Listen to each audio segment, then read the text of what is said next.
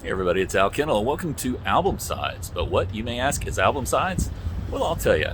We used to be a YouTube show and a radio show, but now we're doing a podcast version where I put together a collection of songs that are connected in some way and would make up a terrific side of a vinyl record if anybody had ever been cool enough to put them together and release it as such. Kind of like the old K-Tel albums from the 70s and 80s, the compilation albums, which I just thought were brilliantly done. You had a lot of songs that just sounded good together and fit together in some sort of, not necessarily a theme, but they definitely sounded great together. And I wanted to do something similar, but when I select the songs, I try to pick some kind of trivial connection that they might have. So whether it's the artist, let's say the Crosby, Stills, Nash & Young family album, where we do songs to the band members before they work together, when they work together, after they work together, every combination of two or three or four or one of them, whatever it might be, can be included. We also have themes like the 6 Degrees of Rock and Roll, where I connect two bands based on musicians that they may have in common that they've played with.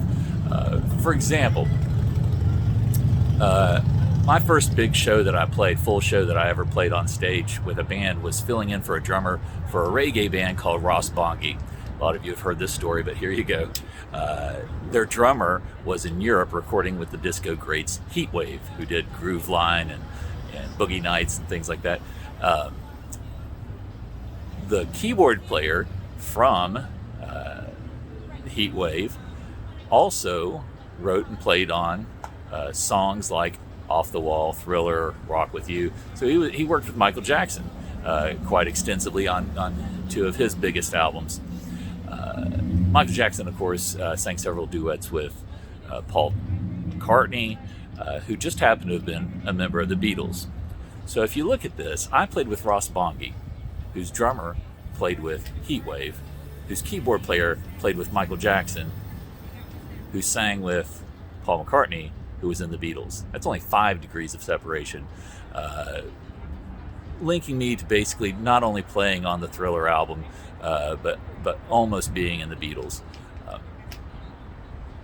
But I can do that with normal people too. It doesn't have to be me. But we'll connect two artists based on people that you get the gist of what we're doing there. But regardless, I try to limit the selection of songs to about 25-30 minutes worth of music, something that you could fit on one side of a vinyl record these days. Back in the day, you could only get about 22 minutes on a side, but now you can get, I'm sure, a good half hour on there. So we'll limit our song selection to that. And on the podcast, I'm going to tell you some of the trivia, some of the connections, great stories and things that are involved in making the music and putting the music out. And then when I post it on YouTube, Spotify, and places like that, I'll also attach the playlist of the songs that we talk about.